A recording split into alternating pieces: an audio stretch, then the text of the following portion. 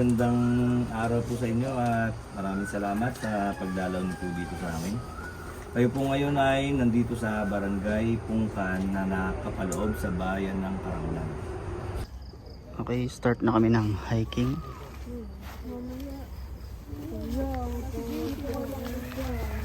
Madilim pa kaya hindi natin makikita yung trail paakyat.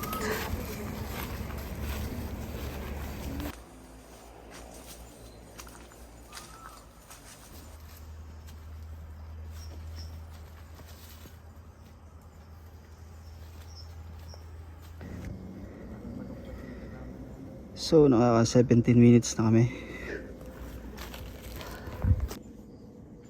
So, bali mayroon din silang mga pahingahan dito sa first part ng trail. Saka kita nyo guys, ang ganda ng trail, oh. Madali lang siya lakaran, hindi masyadong matarik. Ewan ko lang sa banda dun sa pag medyo malapit na sa summit.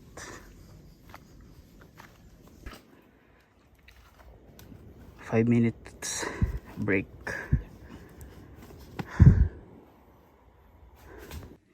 So 56 minutes na kaming nag-hike at 1.75 kilometer. Ano na? Kadanglaan.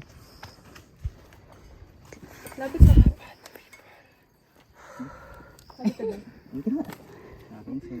Ito nga pala yung aking mga kasama this hike. Bago lang si Ate Angge. Nagbabalik. Si Kuya MJ. Si Marks, si Ara, si Mitz, si Aya. Tour guide namin si Kuya Kiron. Ano po? Ay gagip. Ano yung ano yun? Pink ko? Par. Pink yung ano? Yung dahon, yung bulaklak. Ito, tinan mo dito. Ay, hindi pink. Ano pala? Yung araw. Pasikat na. Marks, tinan mo sa camera. Akala ko dahon. Tinan mo. Oo nga no. Galing. Pasikat na pala yung araw. Kaya pink na yung langit. So, after 1 hour and 13 minutes, 2.38 kilometer. Meron ditong view deck. Tapos ayun yung pangatlong duyan.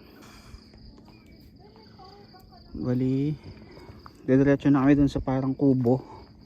Doon na daw kami magpapa sunrise, sabi ng kuya tour guide namin.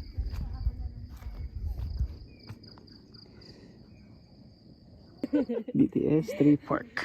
Ano kaya ibig sabihin yan? Kaya iniiwan ko ni ano.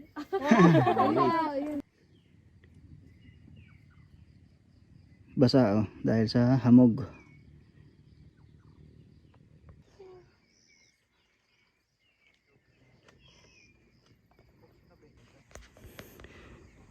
(5:27 AM).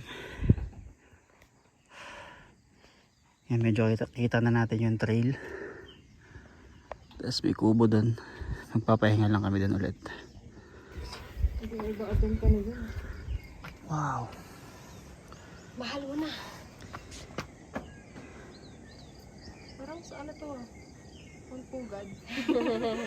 Malalawin natin. Oo, per second. Oo.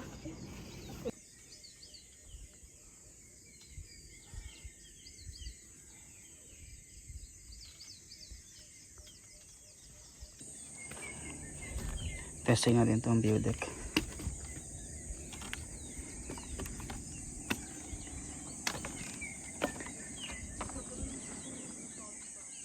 Wow, ang ganda.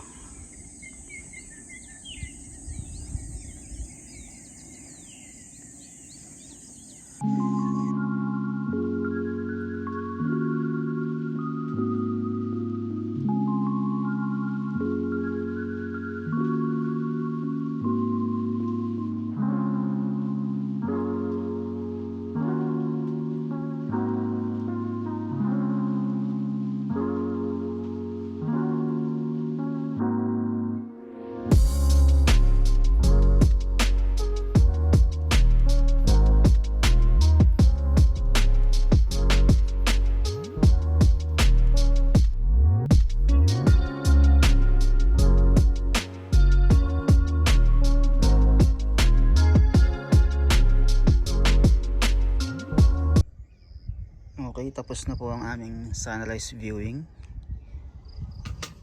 Magpapatuloy na kami sa trail papunta ng summit.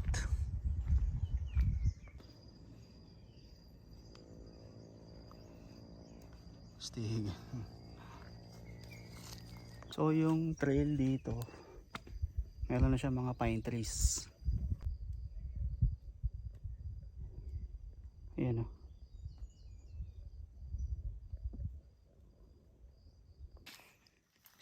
Astig oh. Takloban na ito mga ano to, cogon grasses.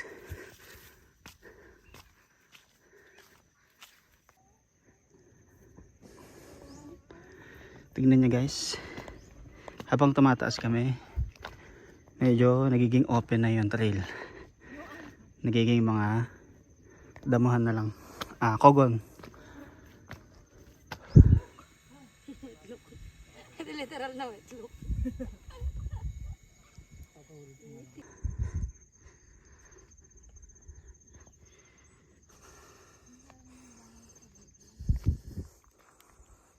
Ano view dyan? Uy.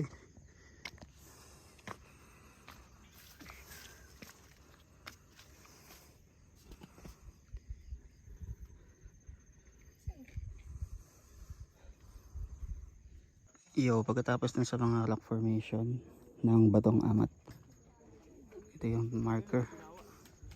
Ano yung duyan? Duyan po yan? Papuntaan mo? Pinawa. Angle 87. Tsaka yun.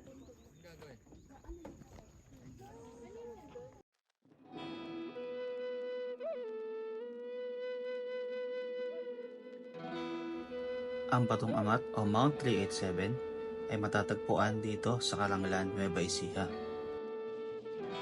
Ito ay may taas na 761 meters above sea level. Tinawag itong Mount 387 dahil ang kabuuang lupa na nasasakupan nito ay 387 ektarya. Makasaysayan din ang bundok na ito. Noong ikalawang digmaang pandaigdig, nagsilbi itong kampo ni General Yamashita. Kaya't maraming nahikayat upang mag-treasure hunting sa bundok na ito, sa paniniwalang maraming kayamanan ang nakabaon dito.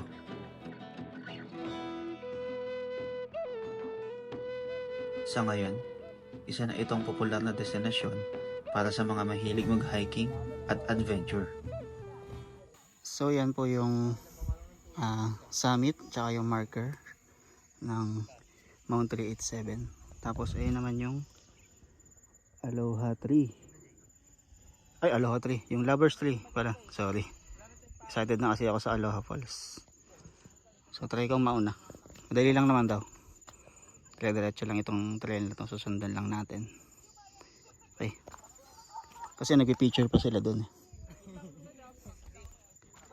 So bali kanina yung paakyat, ang difficulty daw doon ay 2/9. Tapos itong pababa na, itong pababa mula galing doon sa may Lovers Tree papuntang Aloha Falls ay magiging 4/9. Bali mahirap siya. Medyo mahirap. So makikita natin yun mamaya. Yan yung trail. Sa ngayon tag-init, April. So tuyong-tuyo yung lupa. Madulas. Okay. So bali kami yung unang grupo na umakyat kanina. Pero naabutan pa kami ng mga mas season na hiker yata sila. Ang bibilis, naabutan kami. Yan yung pupuntahan ko. Yung Lovers Tree.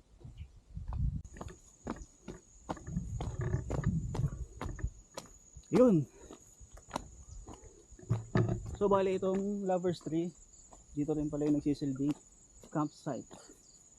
Siguro dito pwede kang magtayo ng mga tent pitching, ganyan. Diyan sa flat ground na yan.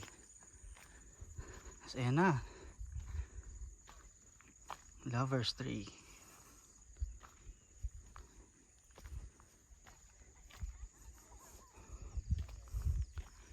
Ayan o.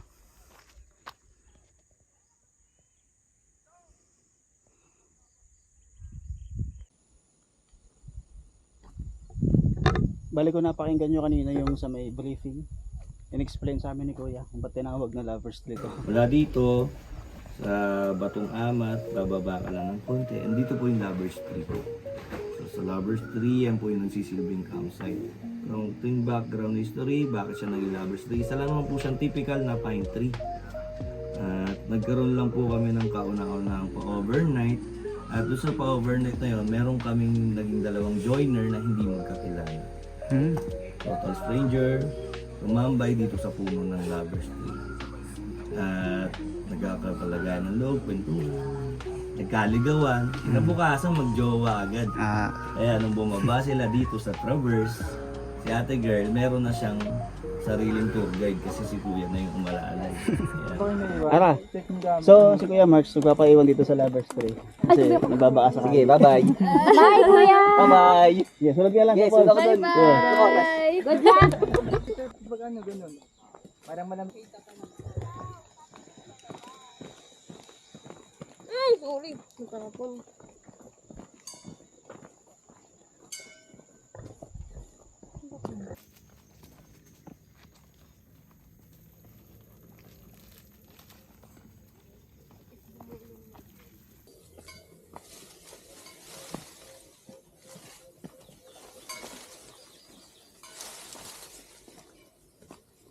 Ito yung sinasabi ni Kuya, may mga kawayan.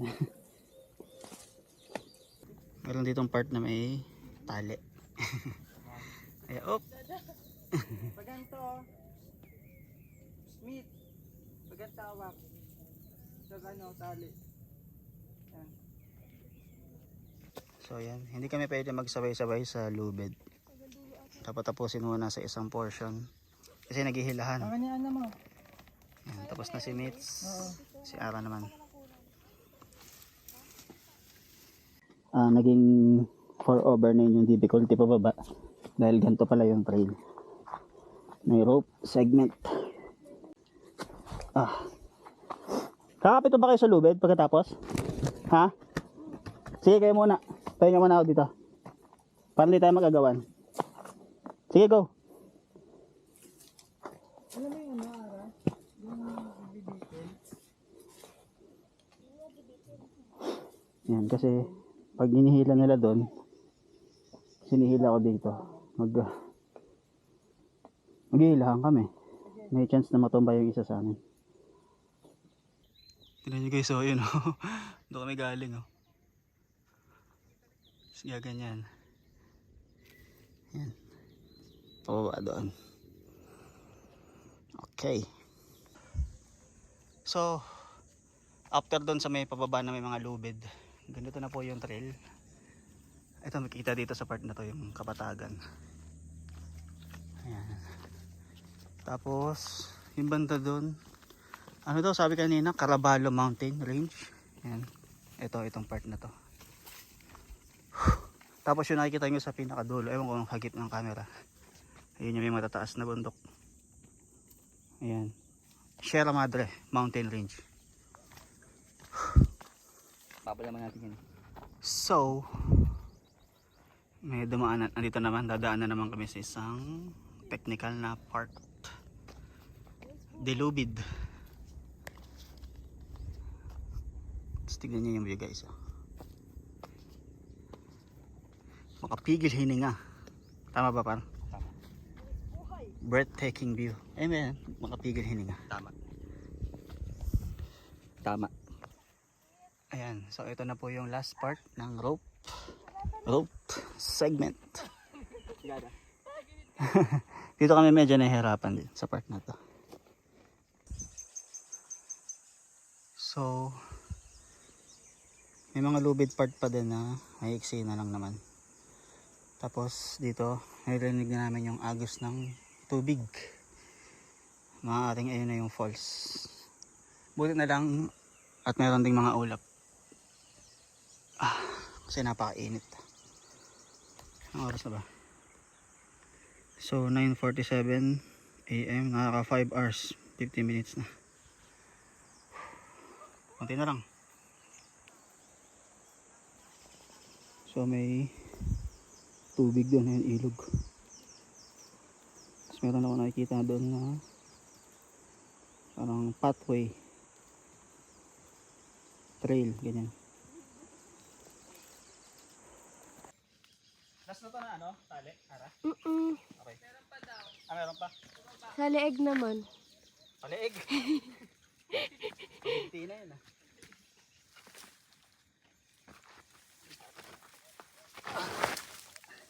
Oh. Nasave. Yes! Hi guys! Ayaw na nilang umiti.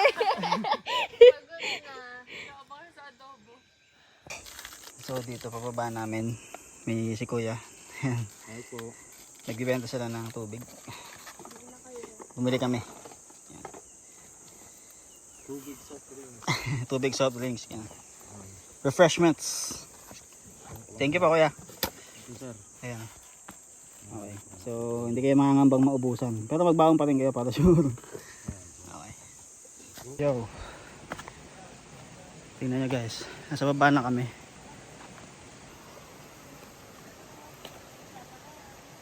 Wow. Siguro galing sa falls yung tubig na ito.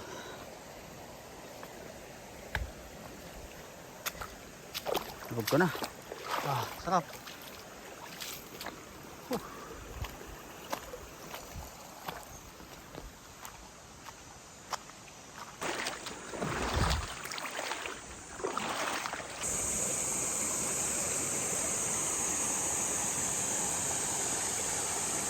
Ayun. Aloha Falls.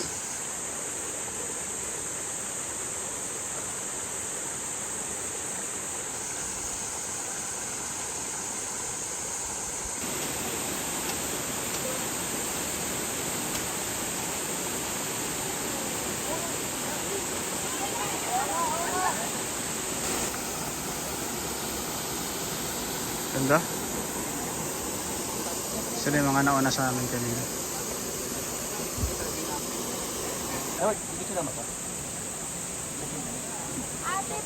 Para yung ano. Nature Spring, wala nang laman. Aloha Falls. Tapos meron dito pwede raw inamin. Drinking water.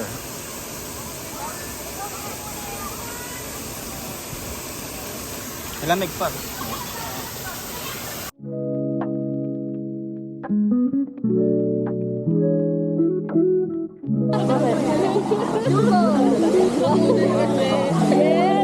Kapit na kapit yung sunscreen.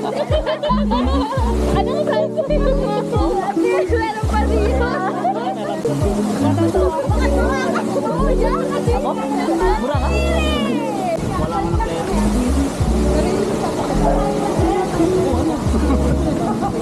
Sige. Sige, parang dito.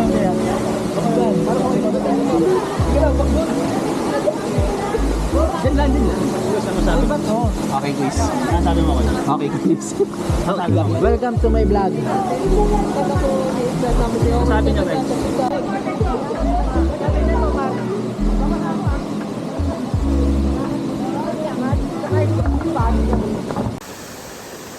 Dami na pong taon dumating, mga nag-hike. Tapos naligo dito sa Aloha Falls. May bounce na kami. Wow, Mars, talong ka muna isa, no? Yan po yung tubig po niyan galing dun sa may falls. Ito sa ano, sarap. Oo, sarap din, no? Lalim. Sa ano dyan, lubog talaga. Kaso tapos na kami maligo. Yung mga nakasapatos hindi makatawid. Babasa. Si Ara pa pala.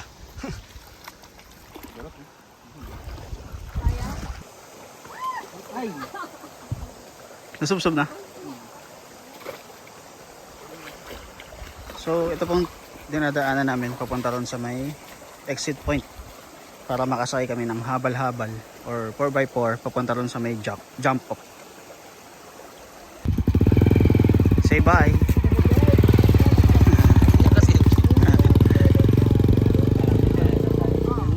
Kami na pa naiwan na lang kami. Sakay na lang kami pa Cubao. Cubao, diretso na. Diretso Cubao. Hindi, joke lang. Tatawag niyo isang tricycle.